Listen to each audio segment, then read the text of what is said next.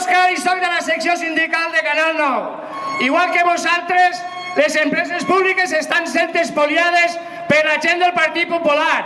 No tenen cap escrúpol a l'hora de tirar a la gent que més valua tenen.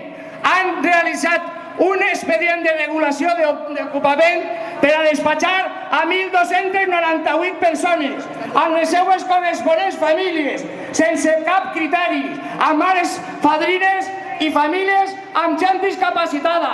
Per a aquesta gent del govern valencià els importa una merda les nostres famílies. Només ens queda que lluitar i molestar i protestar.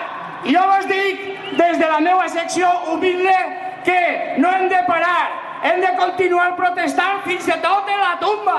No vull ser soterrat en esta tumba, vull ser soterrat en la tumba del costat. I jo us dic, companys, l'únic que es queda és la dignitat i la lluita per els nostres llocs de treball, per les nostres famílies, perquè sí, tots els serveis se'n van a l'estranger. I qui va quedar així per a poder canviar això? Qui va quedar així? Nosaltres! Salut, companys!